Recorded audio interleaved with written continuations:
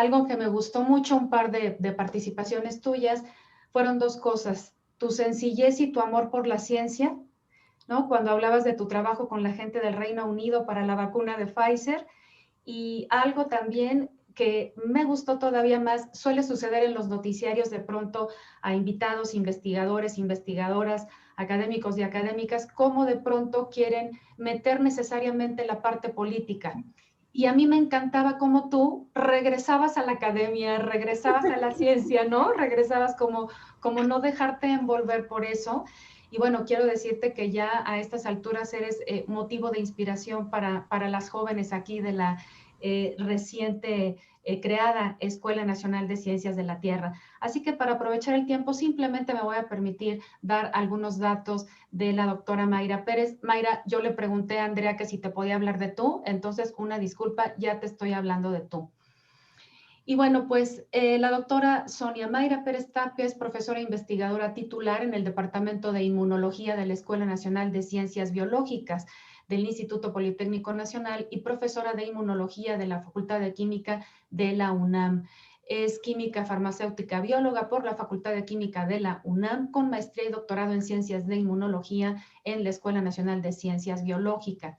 La doctora Pérez Tapia se ha especializado en la innovación, desarrollo, evaluación y regulación de biológicos y biotecnológicos para uso humano, innovadora, educadora y representante de la nueva generación de científicos emprendedores en nuestro país. Bueno, ha publicado 79 artículos en revistas internacionales, 7 capítulos de libros, ha dirigido más de 60 tesis de licenciatura, maestría y doctorado, además de contar con una patente otorgada y explotada en territorio nacional y patente otorgadas en los Estados Unidos, Comunidad Europea, Perú, Colombia y Canadá. Esto es un total de 39 países, así como 4 patentes en trámite. Es miembro del Sistema Nacional de Investigadores nivel 2.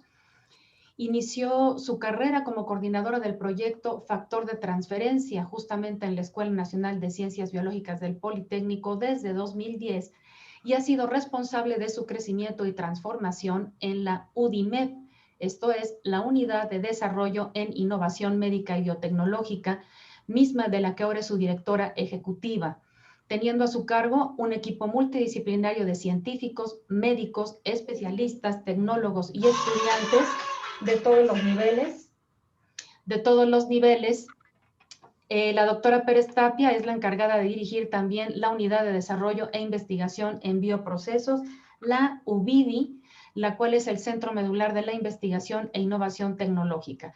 Actualmente participa como miembro experto del Comité de Productos Biotecnológicos, así como también forma parte del Consorcio de Científicos Innovadores en Vacunas, liderado por la Cancillería Mexicana. Es responsable técnico de diversos proyectos apoyados por CONACYT, entre ellos del Laboratorio Nacional de Servicios Especializados de Investigación, Desarrollo e Innovación para Farmacoquímicos y Biotecnológicos. Y bueno, también para la innovación y desarrollo de terapias contra el microambiente tumoral en leucemia. Bueno, esto es simplemente una semblanza muy breve, Mayra, y yo te reitero, es un orgullo que estés con nosotros. Te lo apreciamos mucho porque ya Andrea, quien te apoya, decía, es que ya tiene 3 conferencias ese día. Ese día le digo, por favor, dile que en Ciencias de la Tierra nos dé un momento de su tiempo a la hora que ella quiera. Así que muchísimas gracias y tienes la Muchísimas palabra. gracias por la invitación. Déjame decirles que para mí es un honor. Soy universitaria y el ser universitaria también es un sentimiento y es un verbo. Yo siempre digo que ser universitario, ser politécnico, se convierte en un actuar de nuestra vida. Yo soy una persona que toda mi vida, mi formación académica ha sido en instituciones públicas y amo profundamente a mi universidad, amo profundamente a las instituciones, al Politécnico, que me han permitido estudiar, desarrollarme y hacer ciencia con aplicación, ¿no? Y además en este ámbito en este momento donde el género, donde la presencia de las mujeres es importantísimo hacerla ver.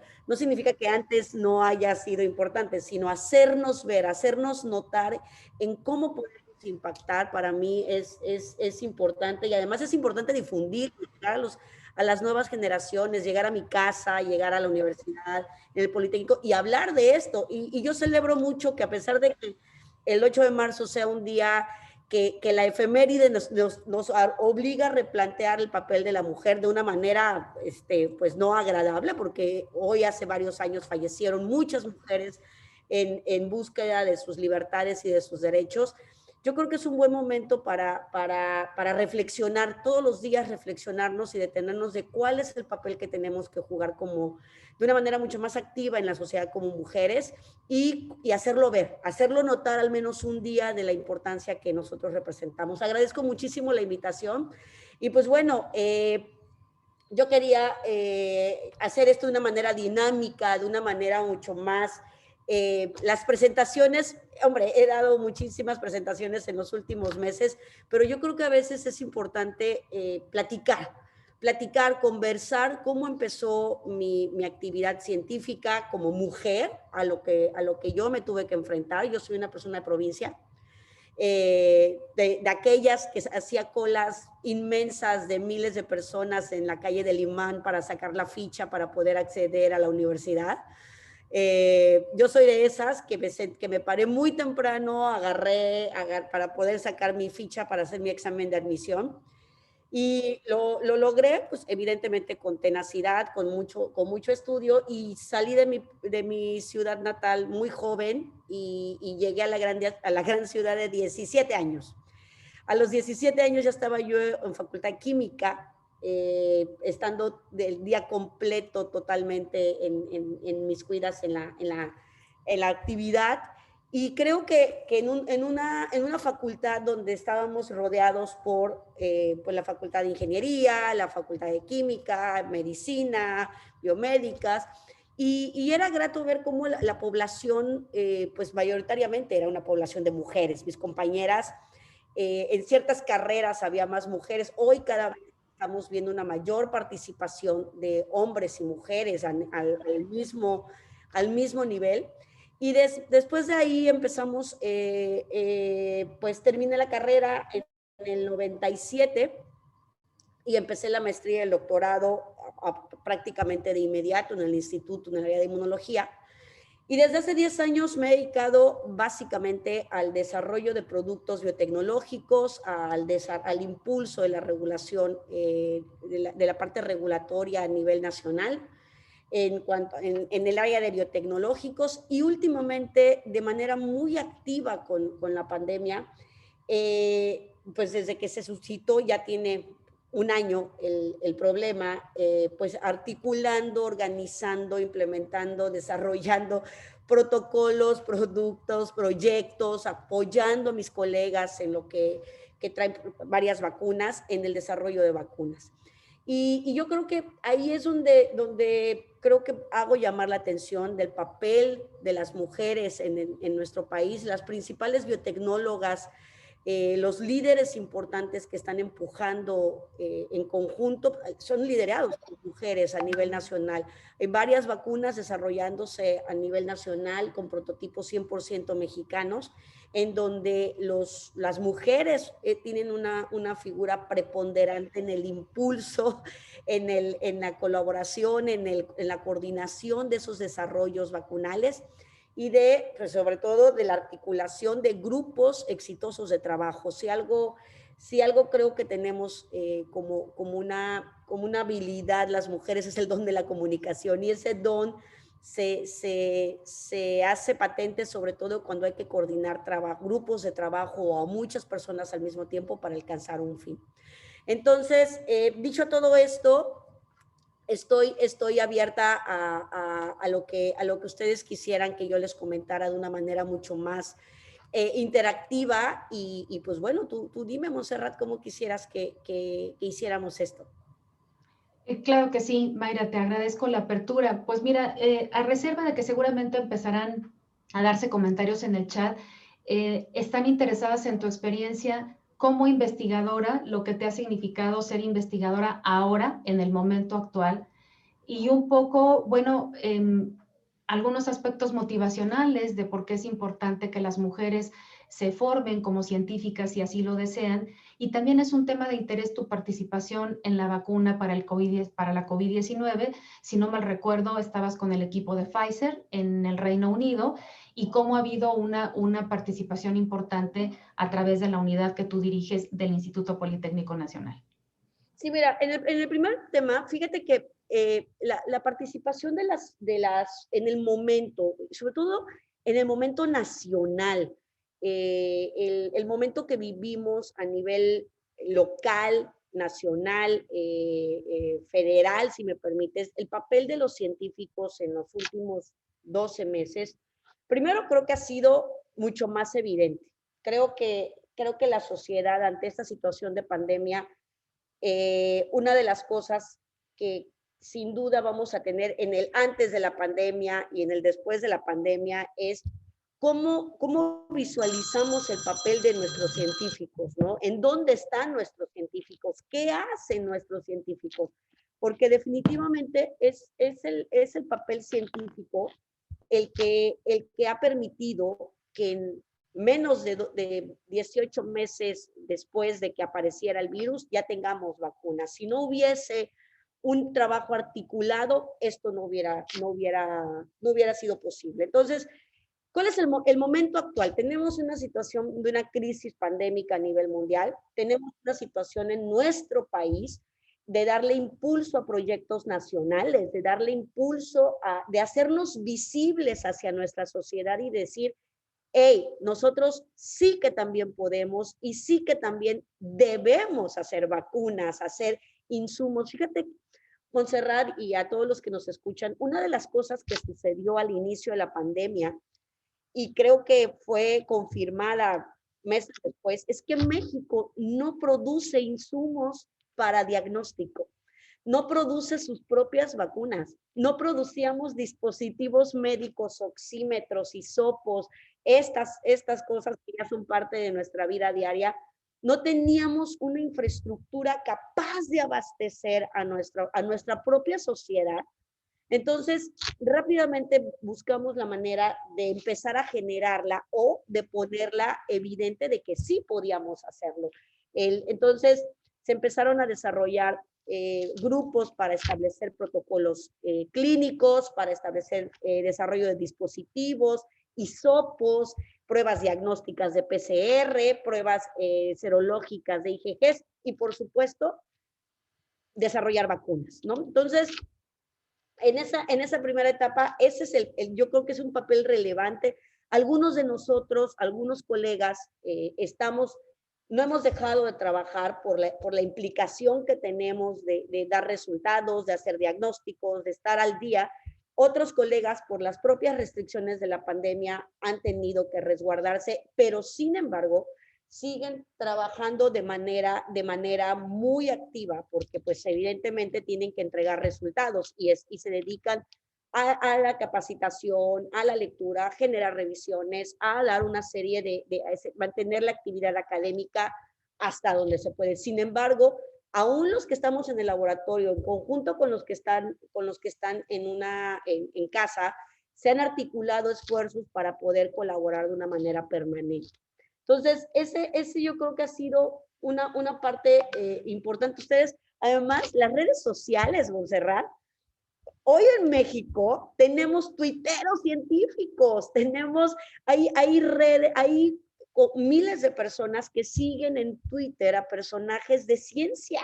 Sí, pareciera algo intrascendente, pareciera algo irrelevante, pero desde mi perspectiva no lo es. Está tan compenetrado ya y poco a poco mucho más identificada la importancia que los propios, la propia sociedad, aun cuando pudieran no entender el mismo lenguaje, el lenguaje científico es complicado, se ha vertido hacia las redes sociales. Hoy tenemos varios investigadores en redes sociales. Hoy nos hacen entrevistas con Javier Solórzano. Yo tengo en la ciencia 20 años, ¿eh? O sea, no estoy de hace d'antier. Y sin embargo, es ahora cuando tú ves que buscan entrevistas con científicos, que la gente escucha, que la gente quiere obtener opiniones, a partir de las personas que ellos confían en nosotros y que nos saben más experimentadas. Entonces yo creo que ese papel ha sido relevante. El otro papel que a mí también creo que es muy relevante en este momento es la responsabilidad de la comunicación. Nosotros como científicos, a veces de manera tradicional, no todos sabemos comunicar. Y el comunicar adecuadamente, con palabras fáciles, términos científicos, sin confundir, sin alertar, sin generar una expectativa equivocada en la sociedad, no es tarea sencilla. Los científicos hemos tenido que aprender a comunicar y aprender a comunicar de una manera certera, concisa, sencilla y de bajar, no bajar, sino adecuar, porque no es que te bajes en tu lenguaje, sino que adecuas el lenguaje a un lenguaje que pueda ser comprensible en terminología por el resto de la sociedad, ¿no? Entonces, ese también es otro reto, el hacernos públicos, el aprender a comunicar esto de una manera mucho más masiva, el hacernos existentes. Hoy creo que más que nunca la sociedad sabe que hay grupos en diferentes partes del país que están trabajando en ciencia. Entonces yo creo que eso es nuestro papel actual y presionar al gobierno. Creo que ahí sí, tú tienes toda la razón. Siempre que te entrevistan, quieren darles la vuelta para que nosotros digamos cosas en contra del gobierno. Y no se trata de atacar a ningún gobierno, sino de hacer presión porque por tradición, no por este gobierno, por todos los demás, la inversión en ciencia en México nunca ha sido suficiente. Y creo que es un momento de una reflexión profunda y de alcanzar al menos lo que indica la OCDE, o sea, una inversión mínima que nos permita ser autosuficientes en tecnología. Talento hay, lo que necesitamos es recurso, infraestructura y una cadena que nos permita llevar nuestras innovaciones del laboratorio, llevarlas al mercado. Esa plataforma, ese camino, esa autopista, si me permites decir, porque deberíamos de tener una autopista veloz, en donde nos permita llevar todos los hallazgos y todo lo que nosotros identifiquemos como una aplicación a nuestra sociedad rápidamente a ella, a la sociedad, al mercado, a la sociedad, a la disponibilidad. Eso es un gran reto que creo que tenemos que hacer llamar la atención de nuestro gobierno para que se pueda construir y construir de ya, porque la pandemia no se va a acabar pasado mañana. O sea, la pandemia es un problema que va a durar varios años en realmente controlarse y que podamos regresar a una normalidad, pero además no va a ser la primera que vamos a vivir. Entonces, entre más rápido tengamos una autosuficiencia tecnológica y tengamos esa autopista, va a ser muchísimo mejor para nuestra sociedad. Sí. Gracias por este dato, Mayra, de los científicos que están en las redes sociales, porque también de pronto coincido contigo. Qué bueno que empiezan a invitar en algunos espacios informativos a los científicos, a quienes tienen la experiencia, a la academia, porque si no de pronto se convierten en grupos de opinólogos, ¿no? Entonces todo el mundo opina o llena de odio las redes sociales o de comentarios adjetivos y de juicio, pero no sustentados en la academia. Muchas gracias, Mayra. Aquí ya hay una pregunta que hace Mariana Ávila y te pregunta, ¿cuáles fueron los obstáculos que tuviste que superar a lo largo de tu carrera y en tu vida profesional? Mira, obstáculos como tal, yo creo que eran retos, y alguna vez, que esta es una pregunta muy constante, yo siempre analizo que creo que es por etapas, por edades. Los retos y los obstáculos van siendo diferentes de acuerdo al momento de vida que cada persona tenga. Sin duda, el primer gran obstáculo o reto, no obstáculo, es que yo quería estudiar química, quería yo hacer cosas fuera de mi casa. Y el primer gran reto es irte de casa, ¿no? Irte de casa, salir de provincia, llegar sola a una ciudad infinitamente mayor que la ciudad pequeña, cañera, donde yo vivía. Entonces, primer gran reto, adaptarte a las nuevas normas, a la soledad, administrar tu tiempo, administrar tu juventud, tus ganas. En aquella época no había internet, entonces evidentemente la forma en la que estudiábamos era directamente proporcional a la cantidad de peso que podíamos cargar los libros eran unos libros que pesaban kilogramos, entonces si tú tenías que estudiar orgánica, físico-química, física, tenías que andar como pípila con 4 o 5 libros o dedicarte el día completo en la biblioteca, ¿no? Entonces, pero el primer gran reto sin duda fue salir de casa, atreverse a vivir sola, administrar tiempo, a administrar tiempo y compaginar estudios con vida. El segundo reto fue encontrar un trabajo y definir cuál era la formación postgraduada que iba yo a realizar. Yo quería ser farmacóloga, yo inicié mi carrera profesional de posgrado en farmacología de la UNAM. Y la verdad es que a mí me encanta la farma, pero después estaba yo entre farmacología e inmunología y yo nunca había salido de la universidad y entonces fue realmente en un hospital donde tuve mi primer contacto con lo que conocemos como factor de transferencia y hace más de 20 años, 24 años, y llegué al Politécnico por eso, porque yo estaba haciendo análisis de ese producto, yo veía cómo había un cambio positivo en los pacientes y yo quería saber cómo se hacía. Y llegué al Politécnico y ahí fue el gran reto, volver a hacer mis pruebas, volver a empezar en otra institución, adaptarme. El siguiente gran reto, sin duda, fue compaginar la parte familiar con la parte laboral, ¿no? Uno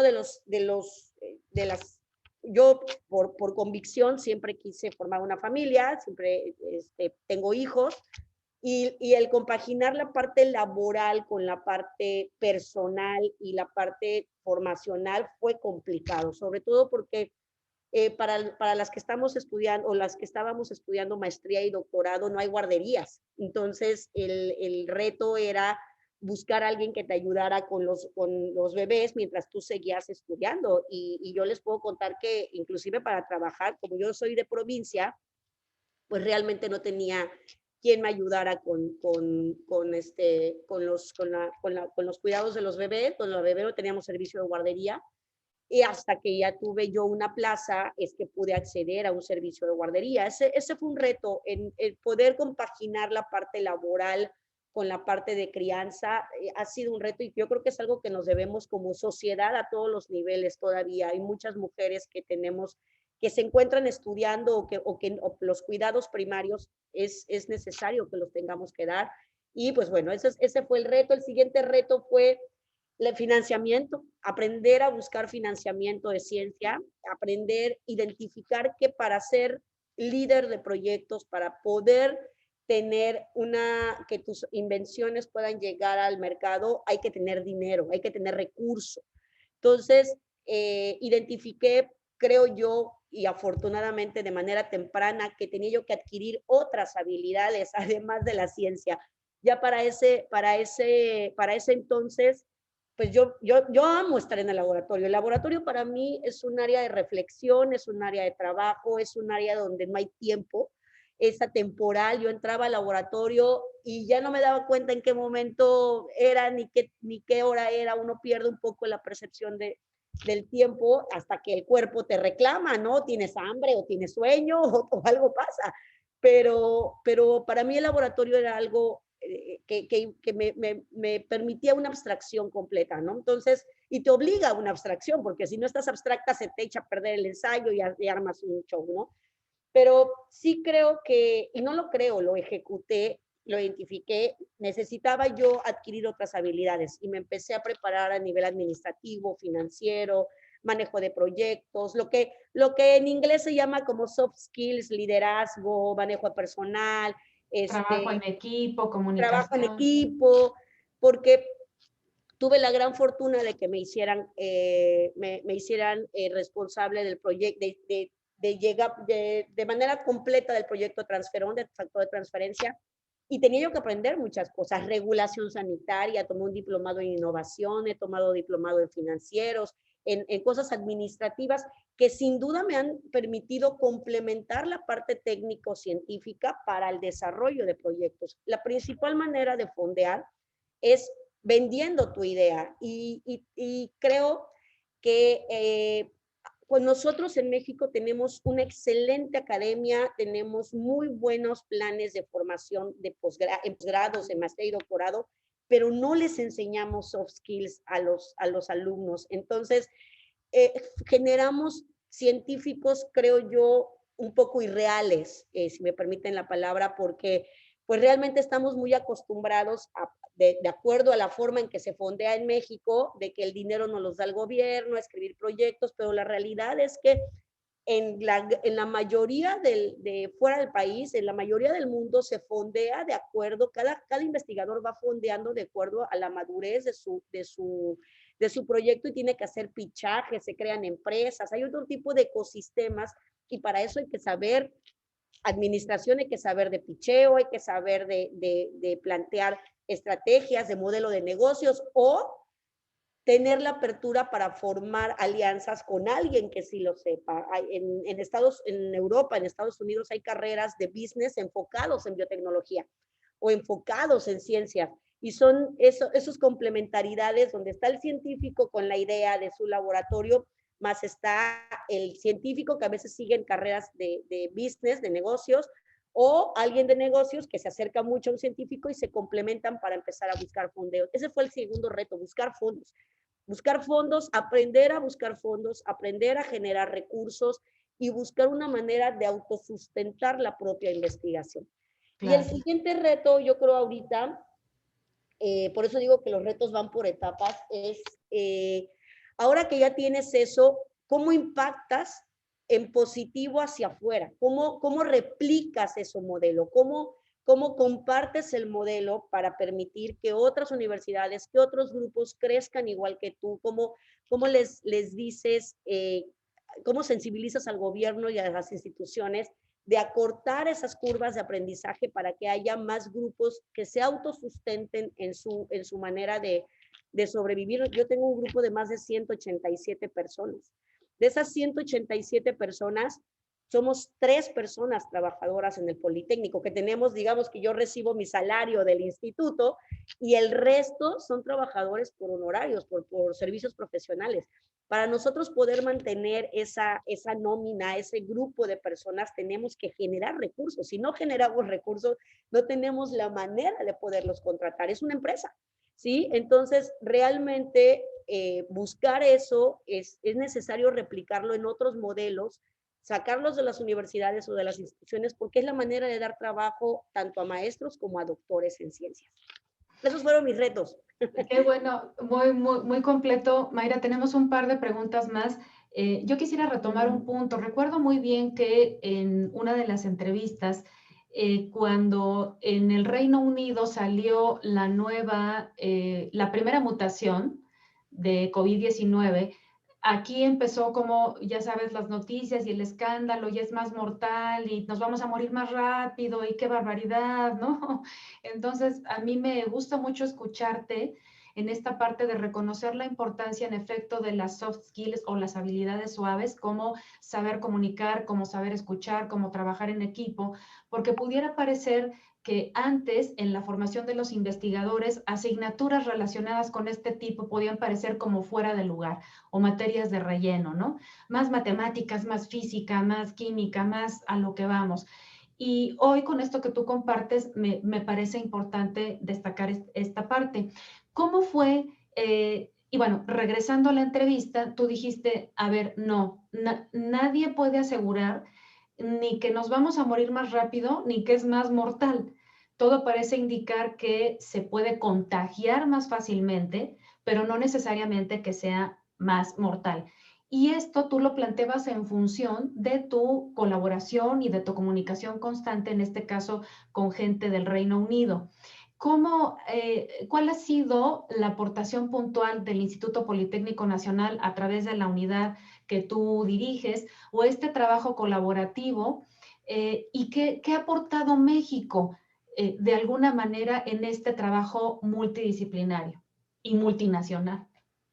Mira, ahí es bien importante. Nosotros como científicos hemos estado durante todo este año, pues viendo cómo la investigación y la información estaba mucho más disponible al área disponible para todos. O sea, creo que hay un esfuerzo de la Organización Mundial de la Salud, hay un esfuerzo de los grandes consorcios que publican artículos y la información está disponible. Cuando nosotros empezamos con el consorcio, realmente lo que hizo la Cancillería fue hacer un mapeo de quiénes en el país tenían las capacidades para poder generar propuestas, proyectos, participar en el desarrollo y en la evaluación de candidatos vacunales. En esa primera búsqueda, o en esa búsqueda, la Cancillería identificó varios grupos. Por supuesto, la universidad está ahí, el Politécnico, TEC de Monterrey, Universidad de Querétaro. La verdad es que fue un gran esfuerzo de articulación por parte de la doctora Esther Orozco, y liderado también por la Cancillería. Y entonces, en conjunto, se identificaron fortalezas, hemos tenido varias reuniones de este grupo de consorcios y se propusieron proyectos a la CEPI, ¿sí? En esos proyectos a la CEPI, que son proyectos en donde los grupos tienen que ser grupos multidisciplinarios, que tengan varias instituciones, empresas asignadas, alineadas, proponen proyectos y en esa propuesta de proyectos tienen que ser proyectos que puedan llegar a un fin, y el fin era generación o fabricación de X número de millones de vacunas. Desafortunadamente, ninguno de los proyectos como tal que se propusieron mexicanos fueron apoyados por la CEPI. Apoyados por la CEPI significa millones de dólares puestos, o sea, que haya dinero. Hay que ser muy realistas y aun cuando CEPI no dice por qué exactamente no lo hace, porque no nos apoyó, lo que sí hay que ser realistas es que la mayor parte de esos proyectos mexicanos estaban en una fase muy temprana de desarrollo, no porque fueran malos, sino porque estaban muy incipientes en su desarrollo y la CEPI necesitaba proyectos un poco más maduros para alcanzar la meta de la fabricación de millones de vacunas, que son las que se necesitaban para salir del problema.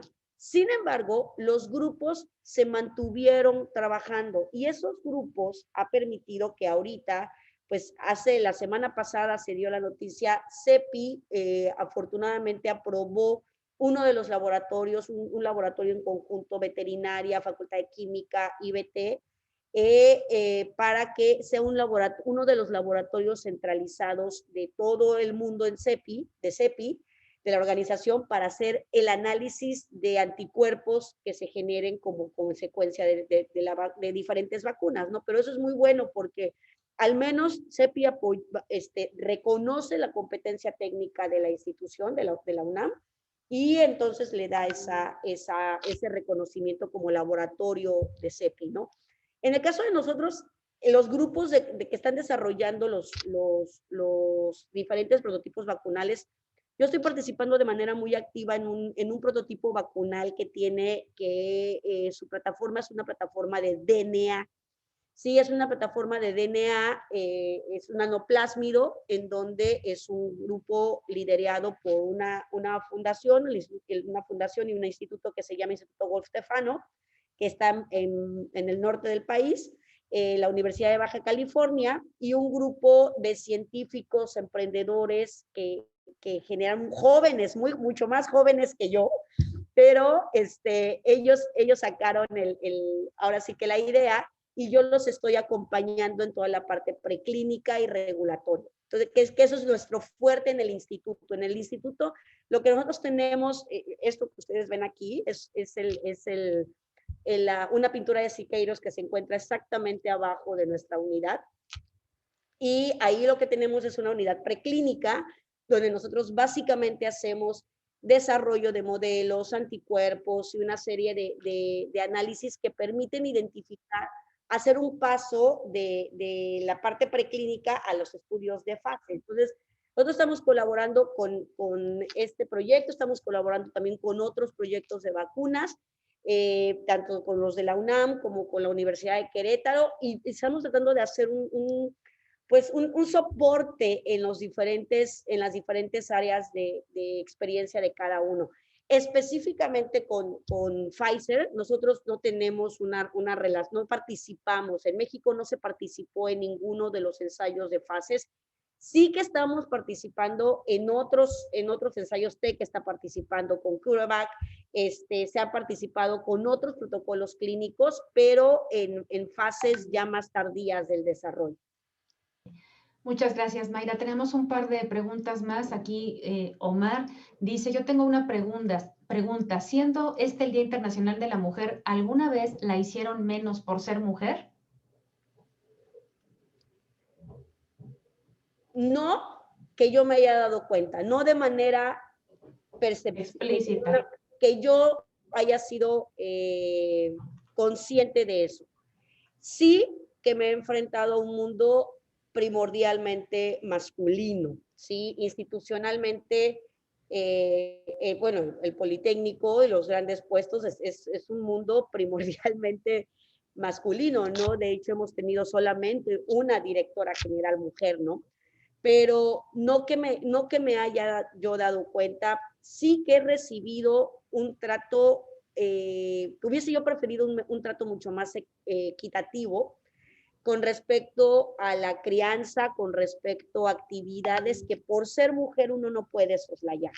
En el caso de pues, por ejemplo, las aplicaciones al SNI en su momento, yo voy más atrasada que mis colegas varones por el hecho de que durante la época temprana de edad de mis hijos, pues uno tiene que dedicarle siempre tiempo a los hijos, pero en esa época temprana, pues la capacidad productiva a veces se ve mermada, no tanto por capacidad, sino por tiempo, porque realmente es que el día tiene 24 horas, ¿no?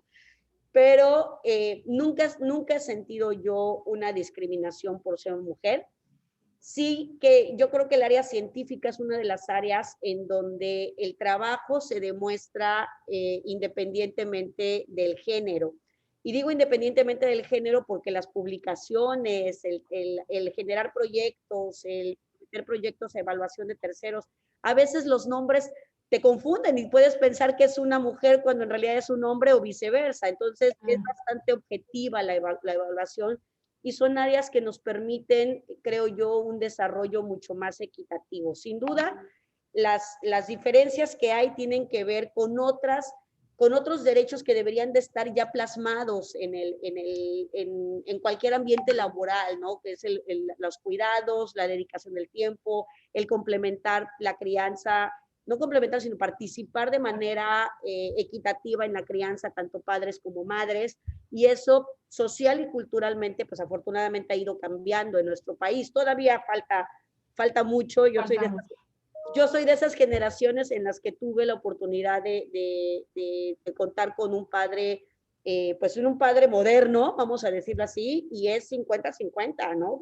Para poder desarrollarnos con la misma intensidad. Los dos somos proveedores, entonces hay que desarrollarse con la misma intensidad y hay un poquito también que hacerlos a ellos, en el caso de la paternidad, mucho más partícipes en la totalidad de las actividades, ¿no? A veces uno como mamá tiende a participar un poco más, pero no porque no puedan hacerlo ellos, sino porque uno mismo no se los permite, ¿no? Pero de manera evidente yo no he sufrido un trato discriminatorio, he sufrido, y no por ser mujer, me he enfrentado de manera muy vehemente. Yo soy muy apasionada, como buena veracruzana, ya se imaginarán, y ahorita pues ya estoy modulada por la edad, pero entre más joven, híjole, era yo una cosa muy, muy apasionada, sin filtros, y uno va adquiriendo madurez, ¿no?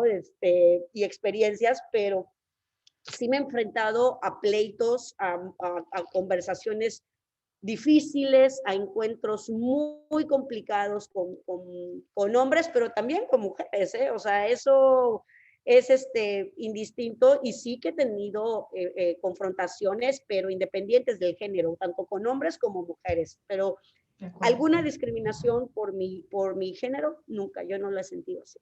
Muy bien, muchas gracias, Mayra. El doctor José Luis Palacio quiere hacer una pregunta y después tenemos también otra de una alumna.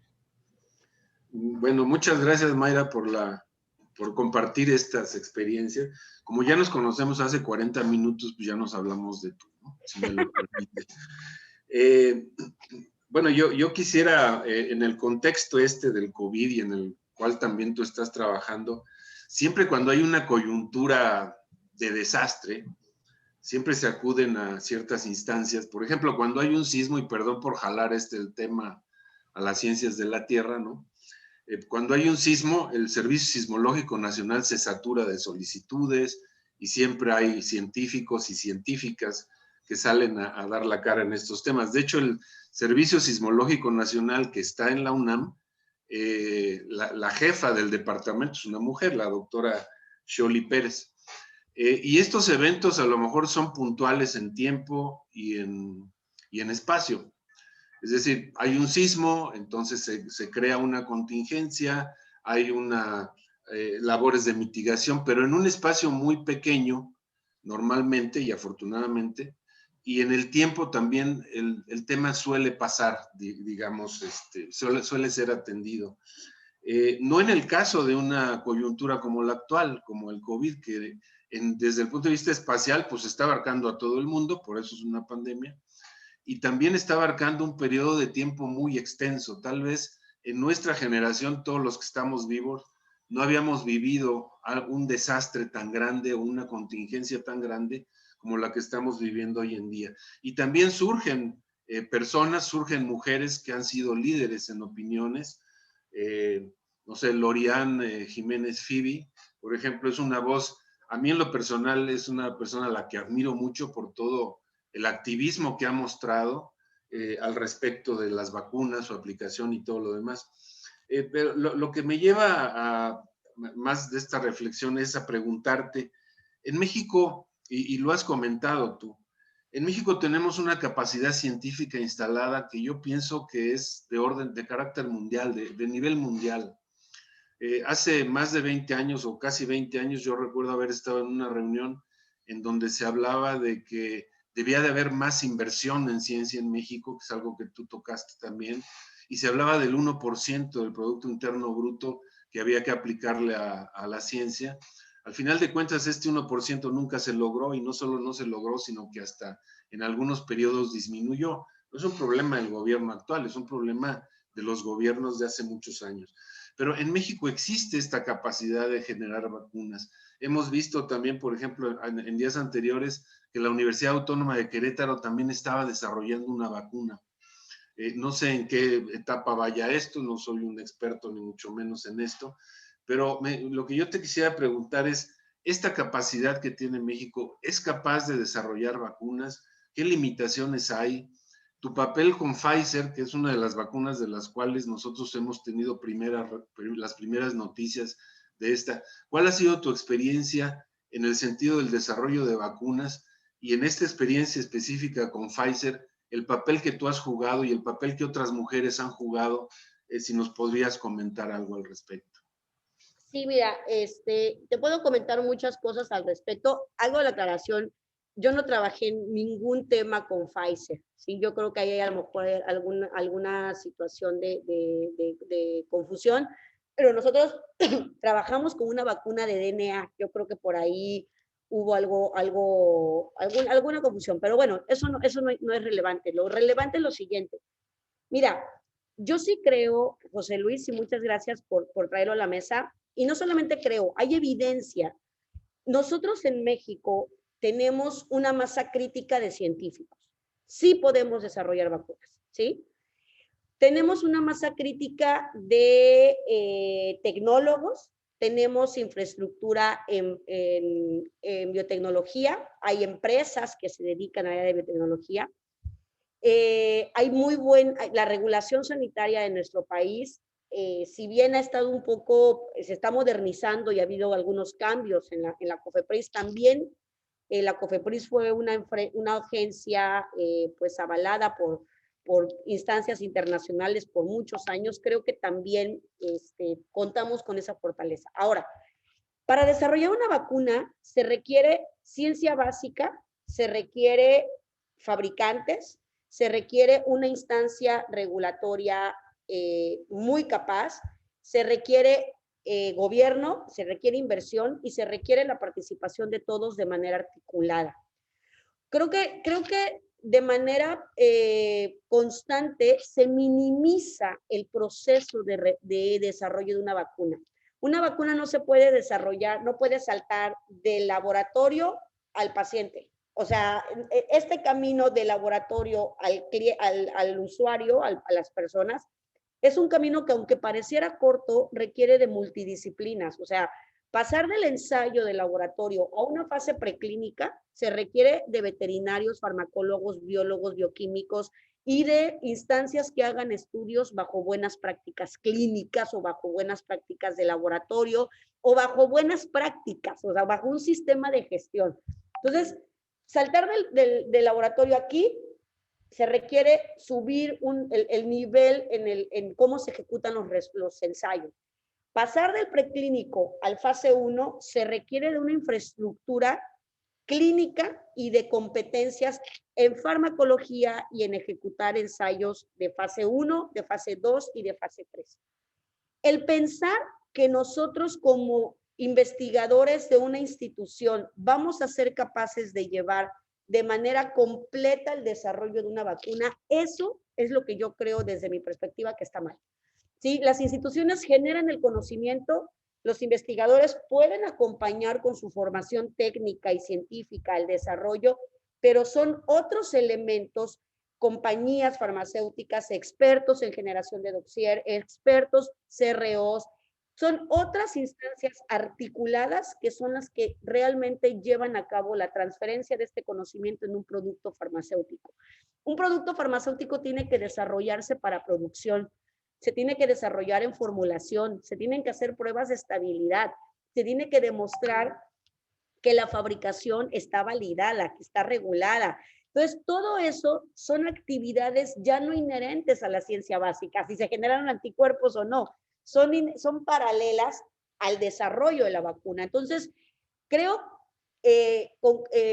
resumiendo tu pregunta, sí tenemos la competencia, nos hace falta la articulación.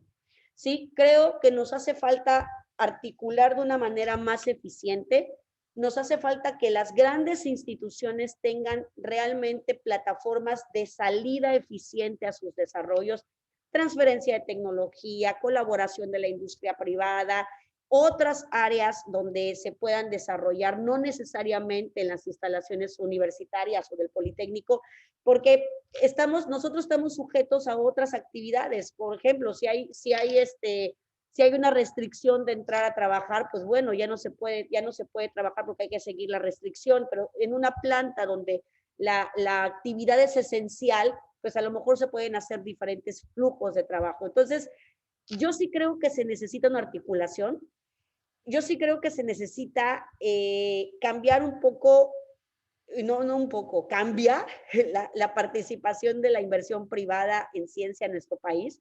Creo que tenemos que ser plenamente conscientes. Una vacuna no se desarrolla con 3 millones de pesos.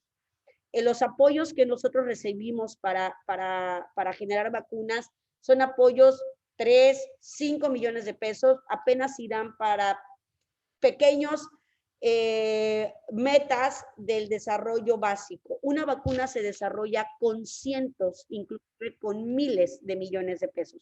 Entonces, uno tiene que tener claro de dónde va a venir la inversión. Entonces, ¿quién va a dar la inversión? Generalmente, en otros países, esa primera inversión de empuje la da el Estado, pero posteriormente hay coinversiones, hay inversiones privadas, hay capitales que invierten en esos desarrollos y que al final lo que logran es generar un producto. Nos falta, en nuestro país, nos falta entender eso. Nos falta entender que no es posible desarrollar una vacuna únicamente con tan poca inversión. Se necesita inversión inicial del Estado más fuerte y también se necesita coinversión de capital privado. Muchas gracias, Mayra. Bueno, pues pasamos a una última pregunta. Te pedimos una hora de tu tiempo para ser como muy congruentes en la petición. Mayra, nuevamente muchas gracias. Y aquí te preguntan, ¿cuáles son algunas recomendaciones que nos daría a nosotras, la hace Clara esta pregunta, una joven, que nos daría a nosotras que nos gustaría ser científicas para no rendirnos y cumplir nuestras metas? La primera recomendación que yo les daría es ser resiliente y hacer planes a corto, a mediano y a largo plazo, ¿sí? Tener metas cortas que alcanzar, definan bien sus planes estratégicos de vida. Hoy día, hacer un plan estratégico es mucho más sencillo, tenemos el uso del internet, uno se puede preparar inclusive en línea, las jóvenes tienen muchísimas más habilidades y competencias en cuanto a esta manera global de hacer una participación que lo que uno tenía en su momento. Entonces yo les diría, primero, planeen a corto, a mediano y a largo plazo con respecto a su formación profesional. Segundo, sean resilientes, no se desesperen, se aprende mucho más de las negativas que de las cosas positivas. Aprendan a escribir proyectos, adquieran otras habilidades, adquieran habilidades que no se las enseñan en el laboratorio, que no se aprenden con una fórmula. Adquieran habilidades suaves, o sea, manejo de proyectos, hablar en público, presentación de proyectos, escrituras de proyectos, modelos de negocio, al menos un lenguaje financiero que les permita entender las metodologías del dinero, ¿no? Cómo se consiguen los recursos. Adquieran esas otras habilidades, no lo dejen para después. Entre más pronto las adquieran, mucho más pronto pueden volverse competitivas en un ambiente que es sumamente pues competitivo para buscar recursos, sobre todo fuera del país. Y lo otro que les diría es, busquen la colaboración de partners, generen grupos colaborativos de trabajo. Los científicos solitos no llegamos a ninguna parte, tenemos que aliarnos. Si uno aprende desde el principio a generar redes efectivas de colaboración, hacer colaboración abierta, buscar complementarnos con el colega farmacólogo, con el colega bioquímico, con el biólogo molecular, se pueden solucionar mucho más rápido los problemas y se avanza más rápido. Uno no puede ser todólogo, tiene que buscar la complementariedad en diferentes áreas. Y pues bueno, eso es lo que siempre les recomiendo, porque de verdad no saben qué complicado es entenderlo. Uno debe de acostumbrarse a empezar con abogados y terminar como amigos, y no empezar como amigos y terminar con abogados, ¿sí? ¿A qué me refiero? Los arreglos siempre desde el principio, cuando no hay nada de valor todavía. Entre colegas, uno puede decir, mira, esta molécula, híjole, puede tener un potencial, vamos a patentarlo. Paténtenlo, regístrenlo, siempre desde el principio con abogados, con la parte legal, que quede lo más claro posible cuando todavía no tiene valor. Porque si ustedes pretenden trabajar y desarrollar y darle un valor a una invención y ponerse de acuerdo después, es prácticamente imposible. Entonces, recomendación número 1, siempre empiecen con abogados para terminar como amigos, en lugar de empezar como amigos las asociaciones y terminarlas con abogados. Eso es, sobre todo en propiedad intelectual, es muy, muy importante. A veces en nuestro país no se le da esa importancia, pero así debe de ser. Todo primero legal, por escrito y con abogados. Claro. Pues muchas gracias, Mayra. Estamos ya por cerrar esta charla. Yo te agradezco mucho, seguramente porque ya conocerás un poco más. Esperemos a la comunidad de la Escuela Nacional de Ciencias de la Tierra. Sí, mira, antes de que te lo dijera, van a empezar a aparecer corazones, aplausos y esta parte en donde ya están también poniendo en práctica estas habilidades suaves que tú bien mencionas, que de pronto no se consideran importantes, damos por hecho y que sin duda lo son. En el propio marco del Día Internacional de la Mujer, el puente que tiene que establecerse reaprendiendo una nueva forma de hablar hombres y mujeres. Te apreciamos muchísimo tu presencia, de verdad, mil gracias. Sé que tienes otras invitaciones y aquí la ENCIT, la Escuela Nacional de Ciencias de la Tierra, es tu casa también. Muchísimas gracias, les mando un fuerte abrazo. Pero también, un fuerte abrazo. Y de verdad un honor y un placer estar con ustedes. Muchísimas gracias, Mayra. Nos vemos muy pronto. Un abrazo y un beso y mil gracias nuevamente. Cuídense, por favor, mantengamos Claro que sí. las reglas. Bye. Muchas gracias. Gracias, Mayra. Bien, pues con esto concluimos la primera parte de este primer